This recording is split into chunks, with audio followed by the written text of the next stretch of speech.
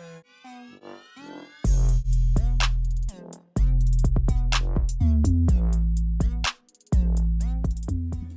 this video, we're going to take a look at two elevated launches, one that's launching a projectile horizontally at 10 meters per second, and a second one that has an angled elevated launch at 30 degrees.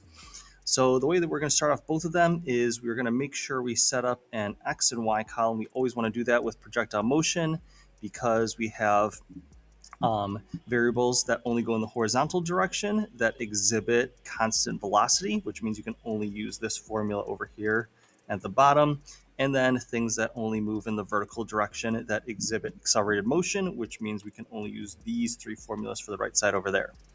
All right, with that being said, we have an object going straight horizontally at 10 meters per second. So all of that is in the X column. In the Y column, we do not have any velocity directed up and down initially. So it's not being angled up or down in any way. So you could say the initial velocity in the vertical direction is 0, which is a key number to solving this problem.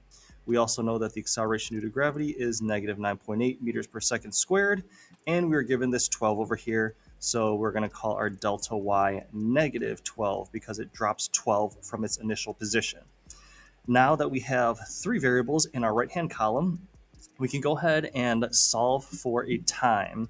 We're going to go ahead and use our second formula over here, which is delta y equals VIT plus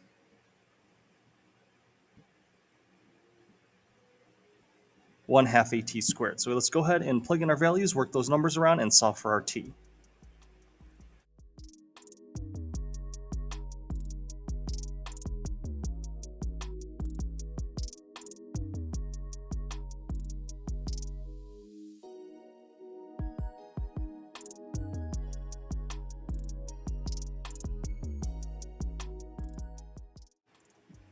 All right, so we ended up with a time of 1.56 seconds after doing the algebra of this setup right over here. Now our time is our only number that can be placed into either column because it's not a vector, so it could be placed into the X or Y column. So we are going to take that time and we're going to place it over here, 1.56 seconds.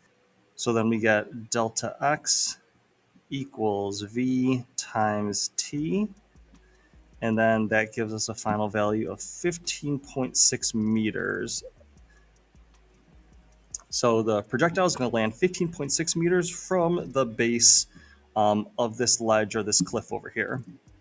So for our second problem, what we're going to do is we're going to do something very similar, but it has this angle over here. So we're going to want to make sure we take this 30 degrees and break it up into its components.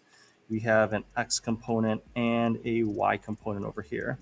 So for the Y component, we're going to want to use sine, and we're going to take that 10 meters per second and then multiply it by the sine of 30 degrees to find that vertical component, and it comes out to 5 meters per second.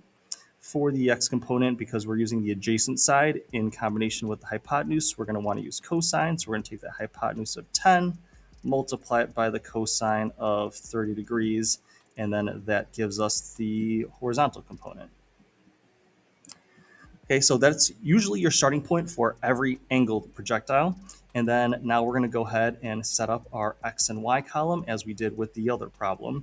We're going to set up our X, we're going to set up our Y, and then we're going to place this velocity of 8.66 over here and the velocity of 5 meters per second over here. Now, again, we know the acceleration due to gravity is negative 9.8 meters per second squared, and we have a delta y, again, of negative 12 meters. Okay, so we're going to plug it into that same formula that we did before, which is the second one right over here, and then go ahead and solve for our time.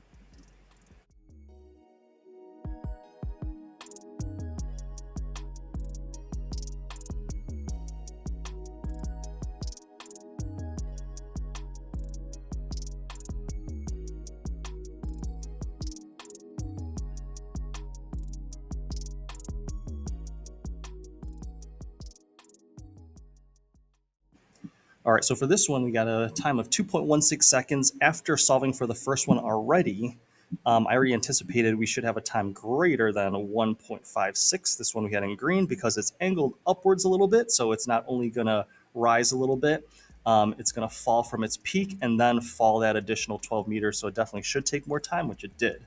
Now, this one ended up being a little bit more complicated for the t, so after I set everything up, I moved the 12 to the other side. I took 1/2 times negative 9.8 and made a coefficient of negative 4.9 in front of that t squared. And then I had my setup over here. So you can go ahead and use the quadratic formula in order to solve for the times. Or you could also graph this, and then it'll have two intersection points with the x-axis. And then you're going to get one negative time and one positive time. And of course, we were more interested in the positive time. So we're going to go ahead and take that time and drop it into here as we did with the previous problem. And we can go ahead and find that final range. So again, if we rearrange it, it's delta x equals v times t. So it's 8.66 meters per second times 2.16. And that gives us 18.71 meters. Okay, and again, because it's angled upwards, it's angle that's going to give the maximum range is 45 degrees. So the closer we are to 45 degrees, we should expect that the range is going to be a little bit farther, which it is. 18.71 is greater than that 15.6. Okay, so main difference is that initial x and y component. This one has all of it in the x component, this 10, and 0 in the y. For our second one, we have to do a little bit of trig like we did here in purple to get those initial x and y components and then proceed from there. So I hope that was helpful in helping you solve a horizontal and angled launch off of an elevated platform. Thank you for watching and listening.